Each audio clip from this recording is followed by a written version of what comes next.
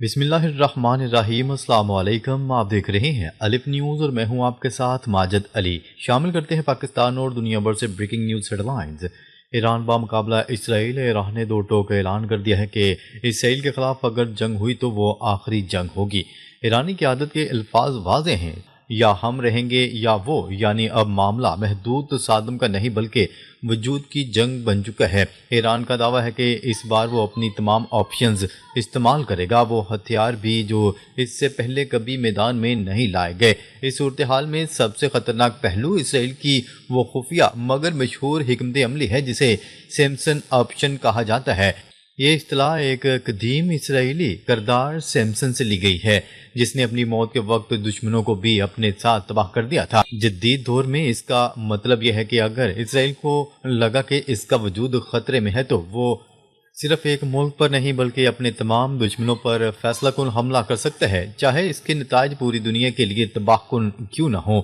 ماہرین کے مطابق اسرائیل کے پاس درجنوں نیوکلیر وار ہیڈز موجود ہیں، مگر اس پر عالمی سطح پر وہ سوالات نہیں اٹھتے جو ایران کے نیوکلیر پروگرام پر اٹھائے جاتے ہیں۔ ایران کئی بار یہ تجویز دے چکا ہے کہ پورے مشرق وسطیٰ کو نیوکلیر ہتھیاروں سے پاک کر دیا جائے، مگر اس تجویز کو مسلسل نظر انداز کیا گیا۔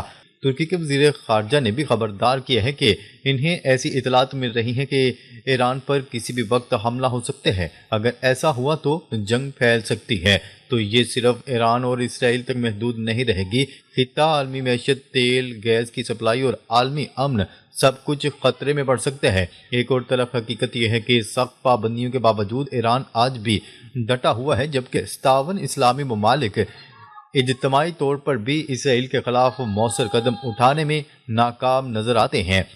ایسے میں سوال یہ نہیں کہ جنگ ہوگی یا نہیں، بلکہ سوال یہ ہے کہ اگر جنگ ہوئی تو دنیا کہاں کھڑی ہوگی؟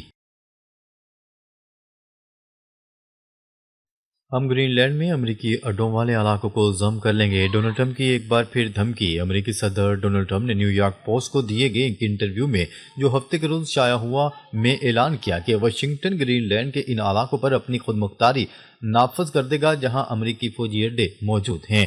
یہ خبر رائٹرز کے حوالے سے بتائی گئی ہے۔ ڈونلڈ ٹرمپ کی یہ نئی دھمکی ڈونلڈ ٹرمپ انتظامیہ اور یورپ جیسے روایتی اتحادیوں کے درمیان دشمنی پر مبنی ہفتے کے اختتام کے بعد سامنے آئی ہے۔ اس دوران ڈونلڈ ٹرمپ نے کچھ یورپی شراکت داروں پر کسٹم ڈیوٹی لگانے کی دھمکی بھی دی تھی تاکہ گرین لینڈ کے جزیرے کو حاصل کرنے کی کوشش کے لیے دباؤ ڈالا جا سکے۔ قبل ازیں ایک ایسے معاہدے کا اعلان ہوا جس نے معاملات کو ٹھنڈا کر دیا۔ یورپ نے ڈنمارک کے ساتھ اپنی یکجہتی کا اظہار کیا اور بحران کے عروج پر 8 یورپی ممالک نے ڈنمارک کے فوجیوں کے ساتھ فوجی مشقوں میں حصہ لینے کے لیے اپنے افسران کی ایک محدود تعداد گرین لینڈ بھیجی ہے۔ امریکی محکمہ دفاع پینٹاگون کی جانب سے جمعے کو شائع کی گئی ایک دستاویز میں انکشاف ہوا کہ روس بدستور نیٹو کے مشرقی ارکان کے لیے ایک مستقل لیکن قابل گرفت خطرہ رہے گا، اور پینٹاگون صدر ڈونلڈ ٹرمپ کو ایسے آپشنز فراہم کرے گا جو دنیا بھر میں بشمول گرین لینڈ میں اسٹریٹجک مقامات تک امریکہ کی فوجی اور تجارتی رسائی کو یقینی بنائیں گے۔ چند روز قبل ذرائع نے بتایا تھا کہ امریکہ اور ڈنمارک 1951 میں طے پانے والے دفاعی معاہدے پر دوبارہ مذاکرات کریں گے۔ یہ واشنگٹن کو اس علاقے جو ڈنمارک کی خود مختاری کے تحت ہے میں اپنی مزائل دفاعی صلاحیتوں سمیت اپنی فوجی موجودگی بڑھانے کا موقع دے سکتا ہے۔ ابوظہبی میں روس یوکرین مذاکرات ناکام، 2 روزہ بات چیت بغیر نتیجے کے ختم۔ ابوظہبی میں امریکہ کی ثالثی میں ہونے والے 2 روزہ روس اور یوکرین کے مذاکرات بغیر کسی بڑی پیش رفت کے اختتام پذیر ہو گئے۔ مذاکرات میں روس اور یوکرینی حکام کے درمیان براہ راست رابطہ ہوا، تاہم کسی حتمی نتیجے پر اتفاق نہ ہو سکا۔ اماراتی حکومت کے ترجمان کے مطابق بات چیت مثبت اور تعمیری ماحول میں ہوئی، جس میں امریکہ کی جانب سے پیش کیے گئے امن فریم ورک کے مختلف نکات پر غور کیا گیا۔ ترجمان کا کہنا تھا کہ فریقین نے سنجیدگی کے ساتھ موقف پیش کیے۔ روسی وزارت خارجہ اور یوکرینی صدر ولادیمیر زیلنسکی نے مذاکرات کے آئندہ دور میں شرکت پر رضامندی ظاہر کی ہے۔ صدر زیلنسکی کے مطابق روس یوکرین جنگ کے خاتمے کے لیے ابوظہبی میں تعمیری گفتگو ہوئی، اور اگر مثبت پیش رفت جاری رہی تو ایک ہفتے کے اندر مزید مذاکرات متوقع ہیں۔ اماراتی میڈیا کے مطابق امریکی حکام نے بھی ان سہ فریقی مذاکرات کو مفید قرار دیا۔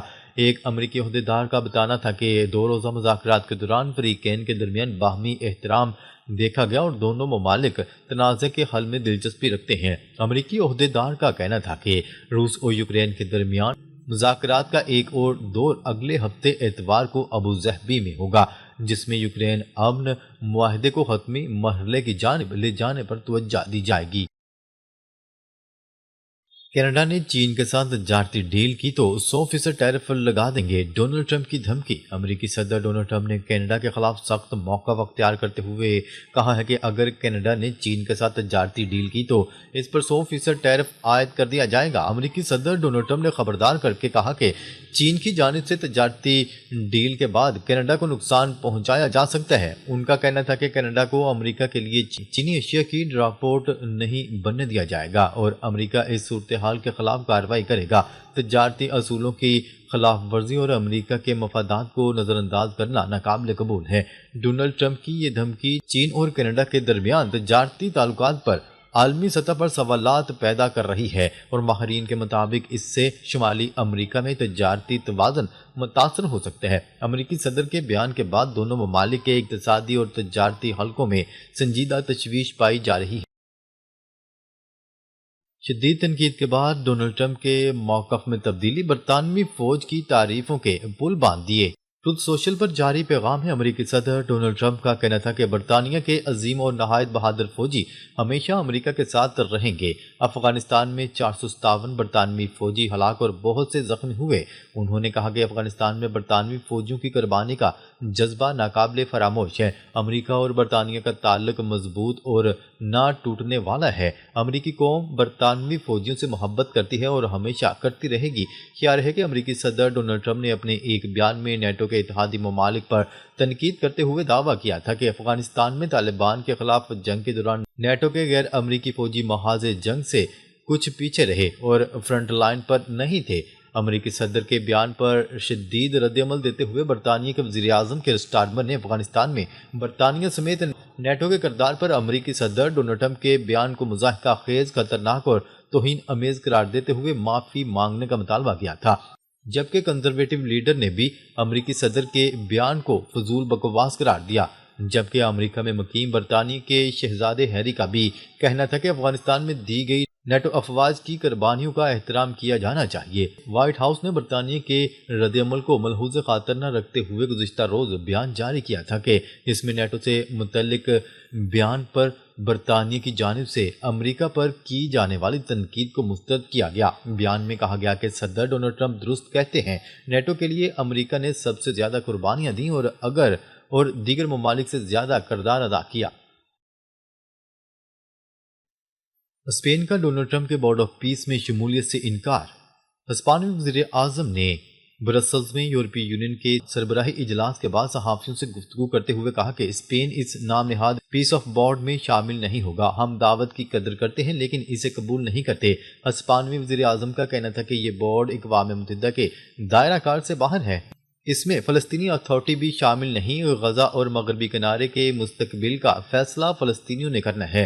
واضح ہے کہ بورڈ آف پیس میں پاکستان، قطر، سعودی عرب، ترکی اور انڈونیشیا، بحرین، مصر، اردن، قازقستان، ازبکستان، متحدہ عرب امارات، ارجنٹینا، آرمینیا، آذربائیجان، بیلاروس شمولیت اختیار کر چکے ہیں۔